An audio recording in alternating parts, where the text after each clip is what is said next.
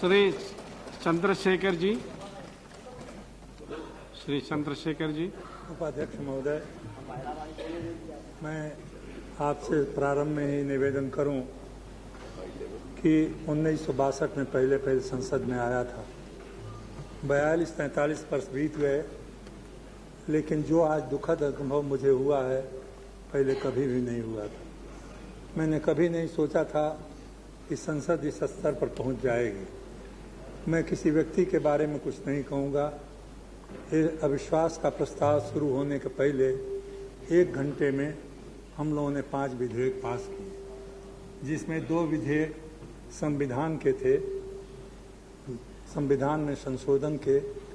और दुख इस बात का है कि सरकारी पक्ष और विपक्ष दोनों उससे सहमत थे। मैं नहीं जानता, नहीं सोच पाता हूँ कि मैं किसके पक्ष में बोलूँ।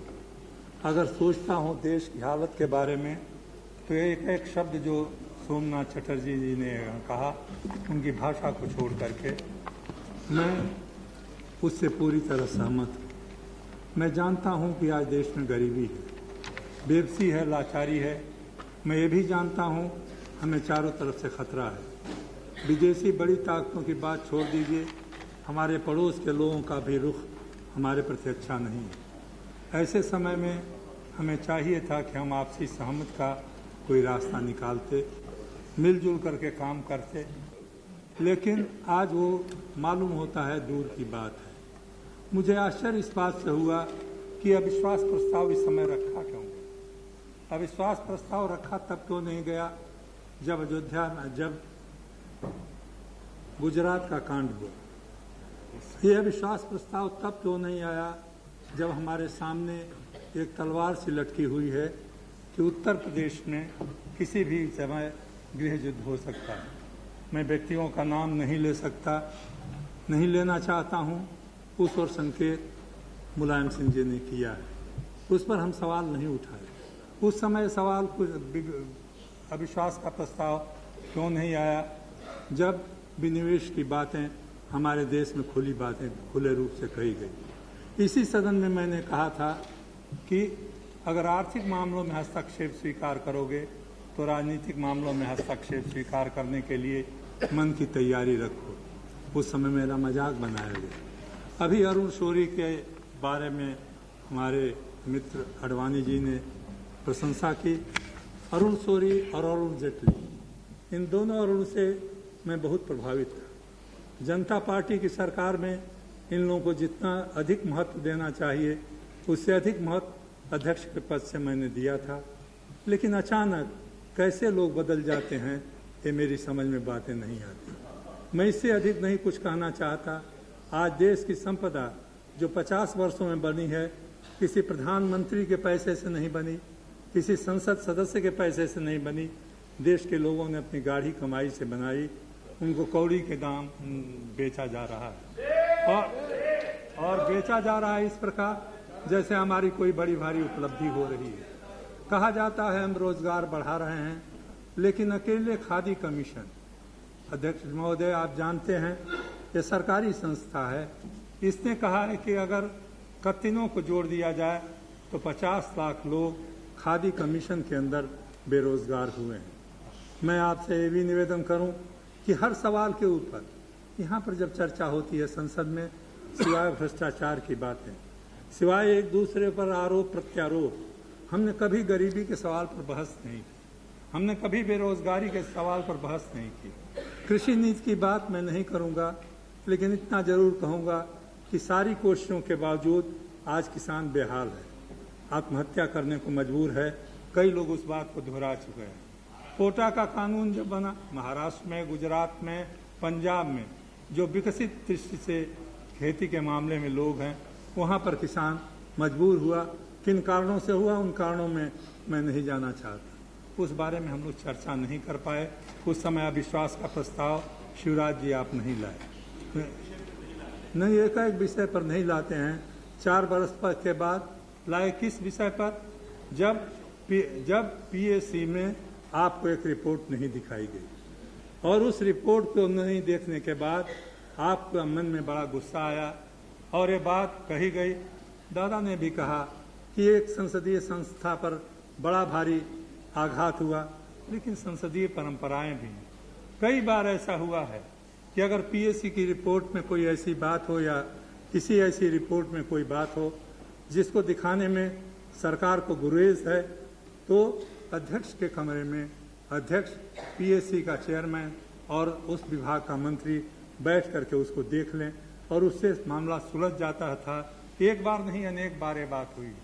मैं व्यक्तिगत बात नहीं कहना चाहता था, लेकिन ये कहना चाहूँगा, मैंने रक्षा मंत्री से कहा, आप इस परंपरा को क्यों तोड़ रहे हैं? आप इस परंपरा को मान करके आप क्यों नहीं दिखा देते? उन्होंने कहा, मैं दिखाने को तैयार हूँ। हमने पब्लिक अकाउंट्स कमेटी के चेयरमैन महोदय से कहा, आप देख क्यों नहीं लेते? उन्होंने कहा, वो दिखाने के लिए तैयार नहीं है। मैंने फिर दूसरे दिन जब पूछा तो पब्लिक अकाउंट्स कमेटी के चेयरमैन साहब की बात दूसरी। रक्षा मंत्री ने कहा, उन्होंने कहा, हम अकेले नहीं देखेंगे, सारी कमेटी देखेगी। जब मैंने पब्लिक अकाउंट्स कमेटी के चेयरमैन से पूछा तो उन्होंने कहा कि नहीं, हम तो अकेले देखने को भी तैयार थे, वो नहीं तैयार हैं। मैंने कहा, इसी समय आप चलिए, मैं अध्यक्ष जी से भी निवेदन करूंगा और रक्षा मंत्री जी को भी बुलाऊंगा, वो हम सारी बात को मानने को उस समय तैयार नहीं। मैं पूछता हूँ, क्या इस तरह से संसदीय जनतंत्र चलेगा? क्या ये हमारी परंपराएं हैं? क्या इस तरह से परंपराओं का निर्वाह होगा? गुस्सा तब आया जब दूसरे सदन में कहा गया कि कारगिल के मामले पर कोई विजिलेंस कमिश्नर की रिपोर्ट नहीं है, तो रास्ता निकाला गया किसी तरह से इसको एक ऐसा अस्त्र बनाओ जिससे लोगों का ध्यान हमारी ओर जाए। मैं ये बातें इसलिए कह रहा हूँ उपाध्यक्ष महोदय कि ये बड़ी दुखद बात है। 4 राज्यों में चुनाव होने वाले हैं, एक दूसरे पर कीचड़ उछालना हमारे लिए सुखद है, हमारे लिए उपादेय है, हमें लाभ पहुंचाएगा। अगर इसलिए अविश्वास प्रस्ताव है तो मैं पूरी तरह से सोमनाथ चटर्जी जी, मुलायम सिंह जी, आपसे सहमत होते हुए भी, नेता विरोधी दल से भी सहमत होते हुए मैं इस प्रस्ताव का कभी समर्थन नहीं कर सकता। कि मैं इसलिए नहीं कर सकता कि मेरी आत्मा ये गवाही नहीं देती। आज सवेरे जब मैं आया, मैं दुविधा में था, लेकिन जिस तरह से आप लोगों ने प्रस्तावों को पास किया, जिस तरह से संविधान में परिवर्तन किया, क्या आप समझते हैं आप इस संसद की मर्यादा बढ़ा रहे हैं? क्या भारत की संविधान के पास हुआ?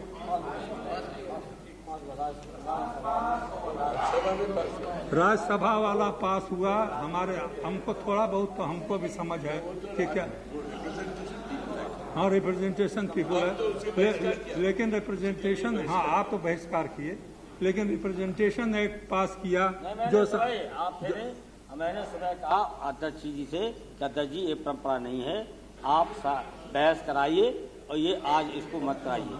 मैंने निवेदन किया था, ऐसा नहीं हमने निवेदन किया था। एक कानून, आप एक विधेयक पास करते हैं जो संविधान के विपरीत है और आप ये समझते हैं आप संसदीय परंपरा को मजबूत कर रहे हैं। मैं व्यक्तिगत नहीं जानता कौन विरोध किया, कौन पक्ष में था। एक एक करके अगर हम गिनाएं तो हमें लगता है कि हम धीरे धीरे संसदीय जनतंत्र को समाप्त करने की ओर बढ़ रहे हैं। हम धीरे धीरे अब अध्यक्ष जी के माध्यम से आपकी जानकारी के लिए बता दूं, लेकिन क्योंकि लगता है आपकी इस बात से देश में एक भ्रम की स्थिति फैलेगी। जिस विधेयक का आप जिक्र कर रहे हैं वो विधेयक राज्यसभा से भी चर्चा के बाद पारित होकर आया है और यहाँ भी उस पर चर्चा समाप्त हो चुकी थी। जो रघुवंश बाबू बोलने वाले थे उनको भी आज कहा कि वो बोल लें, वो वोटिंग के लिए ही था, वो वोटिंग के लिए ही था। इसलिए कोई अगर ये समझे कि आज कोई विधेयक संविधान संशोधन, पहली बात तो संविधान संशोधन नहीं, क्योंकि संविधान संशोधन तो बिना डिवीजन के पारित ही नहीं हो सकता। 50% और 2/3 बहुमत चाहिए। ऑर्डिनरी लेजिस्लेशन था, लेकिन ये ठीक है दूरगामी प्रभाव वाला था और रिप्रेजेंटेशन ऑफ पीपल एक्ट का था, लेकिन राज्यसभा से चर्चा के बाद पारित होकर आया था। लोकसभा में चर्चा समाप्त हो चुकी थी। जिस दिन वोटिंग होनी थी तब कहा था सोमनाथ जी ने कि आज नहीं कल कराओ वोटिंग, तो वो वोटिंग के ही स्टेज पर था और अगर उस समय उन्हें डिवीजन चाहिए थी तो डिवीजन मिल सकती थी। इसलिए ये भ्रम मत फैलाइए कि वो बिना चर्चा के पारित हो गया। उस पर पूरी चर्चा दोनों सदनों में हुई है। अध्यक्ष जी मैं संसदीय अरे बैठिए अध्यक्ष जी संसदीय मंत्री की मैं बड़ी इज्जत करता हूं, लेकिन उनको बड़े विनम्र शब्दों में कहना चाहूँगा कि मैं भी थोड़ा संसदीय परंपरा को जानता हूं। राज्यसभा ने पास कर दिया था तो इससे आपका काम उचित नहीं हो जाता। दूसरी बात यह है कि संविधान में का भले परिवर्तन न हुआ हो, कोई विधेयक पास होता है जो संविधान के प्रतिकूल होता है तो उसकी अनुमति संविधान न देता है, न संसदीय परंपरा देती है, न संसदीय व्यवहार देता है, न संसदीय नियम देते हैं। ये भाषण हमने आप बहुत हो गया, आपका भाषण हो चुकी। अध्यक्ष महोदय, अब इसके मतलब नहीं कि हर मिनिस्टर खड़ा हो जाए तो हर समय में बैठ जाए। मैं भ्रम नहीं फैला रहा हूँ, भ्रम आप फैला रही हैं। आप जानबूझ करके इस संसदीय परंपरा को तोड़ रही हैं और तोड़ रही हैं जानबूझ करके कि इसलिए आपको किसी का वर्चस्व पाना है। मुझे कोई वर्चस्व नहीं पाना है और मैं जानता हूं कि किस तरह से इस संसदीय परंपरा को अध्यक्ष महोदय तोड़ा जा रहा है। मैं एक बात ये आपसे निवेदन करूंगा, क्षमा करेंगे कहने के लिए कि इस संसद में कोई सवाल उठाना भी अब कठिन हो गया। एक दिन इसी संसद में, पता नहीं वो सदस्य हैं या नहीं, बादल साहब के पुत्र, उनके घर पर सीबीआई का आक्रमण हुआ राज्यसभा में।